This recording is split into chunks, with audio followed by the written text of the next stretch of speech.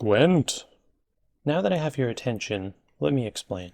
The Art of War is a new card game coming to Indiegogo, and it takes heavy inspiration from Gwent, the card game, as seen in the Witcher 3 video game. It's taking this beloved card game concept and adding some freshness to it. Let's go ahead and find out what this game's offering. Hello everyone and welcome back to the Battlecast.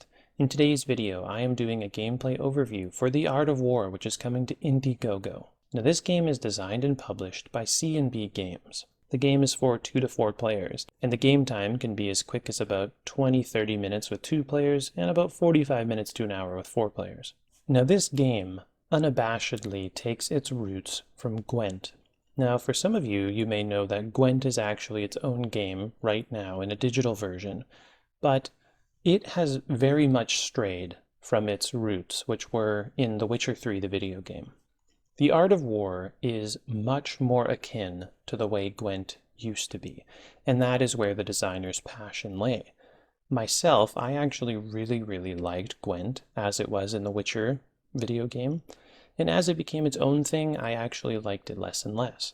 So when I found out about this game, I was quite interested. The Art of War is played in a best-of-3 format, which means that if you win the first 2 rounds, you win, but if each of you win a round, it's winner-take-all in the 3rd round. The general goal of the game is to have the most health points on your side of the board at the end of the round. A round ends when both players have passed. Now I have only played this game in the 2-player format, which is mostly how I prefer to play card games. But the 4-player format kind of follows a similar idea. It just there's a lot more interactivity between everyone. Before you start playing the game, players pick a faction.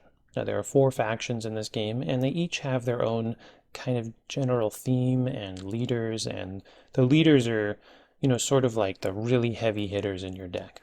Now you may be pleased to know that there is actually a lot less deck construction in this game than other typical card games. Once you've picked your faction, you build your deck. Now each faction in this game has about 20 cards, and of those cards, you're going to make a faction deck of 10. So it's, not that complicated. Once you have selected your faction deck, and everyone else has, you create the common deck. And this is one of the biggest differences between this game and Gwent, and for almost any card game for that matter. When you're ready to play, you randomly create a common deck of cards, and you put it in the middle of the table. At the start of the first round, you'll draw your leader, guaranteed, 4 faction cards, and then 5 cards from the common deck. Everyone does this, so you're going to have half your hand is your cards, half your hand are common cards. Now you can mulligan. On your turn, you simply play a card, and there's 3 types of cards in this game. There are order cards. These cards typically do something when they're played, but additionally they can be activated again through some other means if possible. The next type of card is a spy. You actually place this on your opponent's side of the board, and they do something usually quite strong for you because you're giving your opponent health points. The last card type is the Last Wish card type. Now this card does something when it dies. As mentioned earlier, the ultimate goal of the round is to have the most health points on your side of the board, and most cards just impact other players' health points, but there are some really cool cards in this game. One of the biggest differences with The Art of War as compared to other card games is you do not refill your hand as rapidly as in other games. You start off with 10 cards total, and at the end of the first round, you will redraw 3 cards, 2 faction, 1 common. At the end of the second round, you draw 1 faction, 1 common. That means over the course of the entire game, you only have 17 cards in your hand. And as a result, using your cards to their maximum effectiveness or knowing when to give up on a round is incredibly important. Like the original Gwent, The Art of War is a very swingy card game.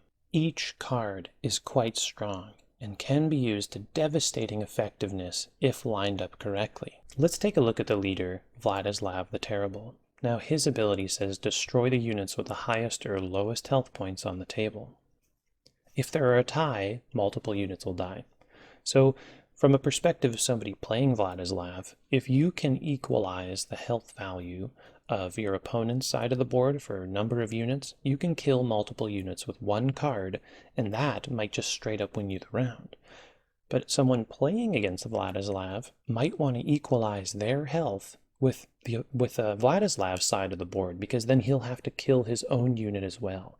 So there's some thinking to be done, but you can combo to great effect. Another really important aspect to the art of war is knowing when to throw in the towel, because if you've lost the round, if you pass early, you might certainly take your opponent in the next round. And a great card to outline this is the other leader, Sergeant Eb Julius. I hope I'm saying that right, but probably not.